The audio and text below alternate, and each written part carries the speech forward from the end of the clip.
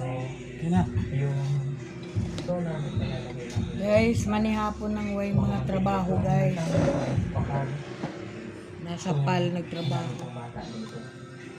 Hapon ta. Nagbihon ko. Para niya musudan guys, aw bihon na pa di ay talong nga gisalad ganina Yan, udto. so yung mga nakatira dito. Oo, napay tira. Pagkagabi, isa yung bata, diba? Nasa sa bundok, dagan ng patakbo ng motor. Madilim dito, dahil ito walang buwan. Indikado. So magpapalagay tayo ng suga dito, na street light, para mayroon po silang ilaw. And bukod doon, yung mga nakatira Luistro. pagkagabi, talagang madilim, wala po silang Napaakan man siguro kag iro kay nagbubuwa man imong baba. So mula sa pipiting solar, ito, at Diba? pipiliin natin ng solar. Sa paningkamot nimo nag-istorya, nga bugo man mong dagko. Kanilang ilaw.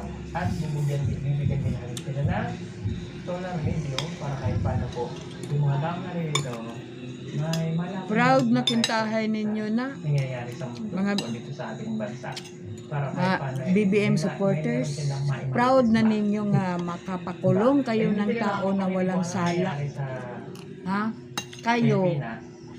Kamo, wa man mo mapriso, nga dako man mo insertion. Ha? So, hindi nila problema Yung amo, lang sa araw, pero na rin siyang radyo.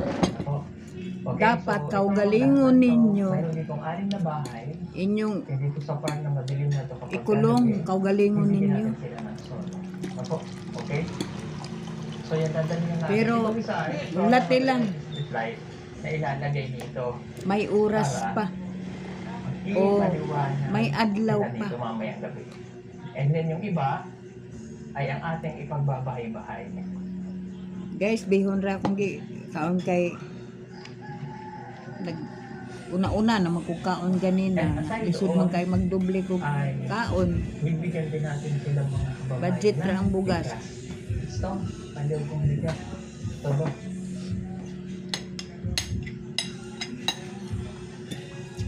Ay, butang ko. Claire. Yan, habang Si Claire Pod sa Canada. Yan, habang hindi pa hindi limang panahon. Deserve nimo yan. Ay, Di mo na deserve. Mubunga nga dire sa Pilipinas, labi ka buka. Murag banga ba? Nga dito di ay sa ibang bansa. okay. Wala, aga-ana ra ka oh. Oo, hindi, kakabit mo na yan. Ito na yung poste. Mamaya na lang po. Makatingog.